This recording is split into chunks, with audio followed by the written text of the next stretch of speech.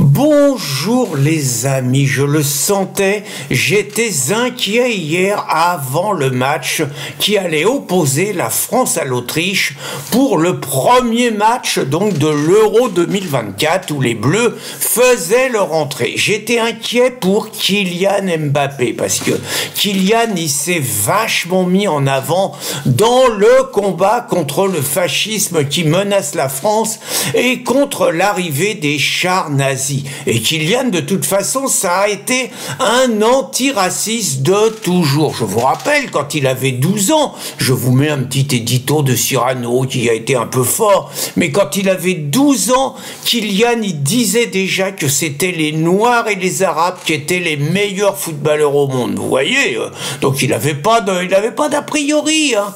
Et puis après, il avait fait, à l'époque des Black Lives Matter, il avait inventé une injure raciste de la part d'un arbitre parce qu'il y avait, c'était un match entre le PSG et des Turcs, il y avait un entraîneur turc qui était noir et qui n'arrêtait pas de foutre le bordel et l'arbitre roumain il avait dit que celui qui foutait le bordel c'était le négro, mais négro ça veut dire noir en roumain et donc Kylian il a dit que c'était du racisme, il avait fait arrêter le match et puis le match suivant ils avaient fait les Black Lives Matter, vous savez ce signe de soumission par rapport aux malheureux noirs victime du racisme des Blancs dans la période George Floyd aux États-Unis. Et donc là, Kylian, il était monté au feu et donc capitaine de l'équipe. Normalement, il est capitaine de tous les joueurs, hein, mais capitaine de l'équipe, il avait dit qu'il fallait voter contre les extrêmes. Alors les extrêmes, je sais pas parce qu'il a rien dit contre Mélenchon, hein, mais donc et puis il y avait aussi Dembélé qui avait dit ça et puis il y avait aussi Marcus Thuram. Et hier, il y a même le sélectionneur de l'équipe de France olympique, qui normalement Thierry Henry, qui par ailleurs, comme c'est un grand joueur, mais comme entraîneur, il a raté tout ce qu'il a fait. Mais donc il est quand même sélectionneur. Et lui, il a fait comme Kylian, il a fait comme Marcus Thuram, il a appelé à combattre les extrêmes. Alors par contre, il y en a un qui a déconné dans le milieu foot. C'est pas un international, hein, c'est un joueur de lance, Jimmy Cabot. Jimmy, il a merdé, Jimmy, et il a retranscrit un tweet de Bardella. Pas le droit, là. Donc tout le monde l'a pourri, il en a pris plein la gueule, et donc il s'est excusé, hein. Il a dit qu'il n'était pas d'accord avec les idées de Jordan, mais qu'il avait trouvé le tweet drôle, c'est pour ça qu'il avait fait suivre. Bref, il a baissé son froc, quoi.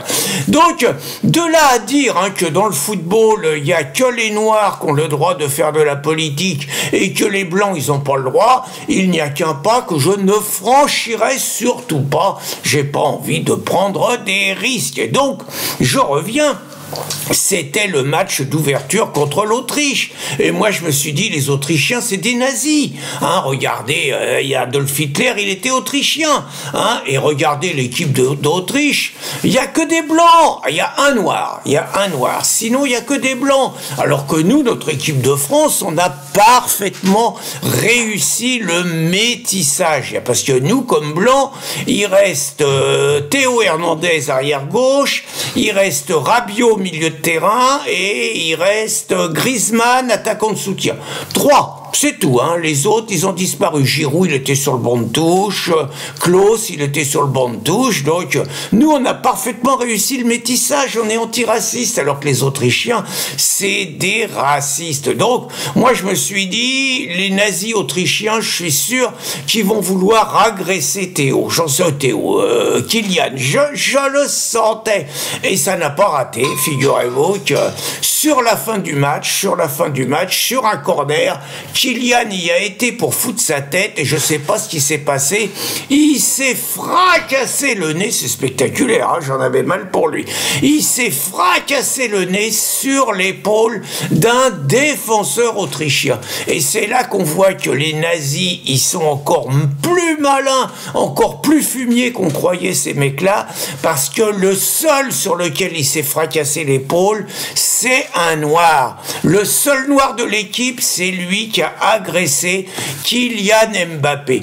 Donc c'est là que je me dis vraiment qu'un nazi noir qui a agressé notre Kylian national, c'est vraiment insupportable et le péril fasciste est plus présent que jamais. J'appelle l'ensemble des citoyens de ce pays à la vigilance pour s'opposer à la venue des chars nazis dans les rues de Paris le 30 juin et le 7 juillet. En attendant, bon rétablissement à Kylian, sans rancune. Bonne journée les amis.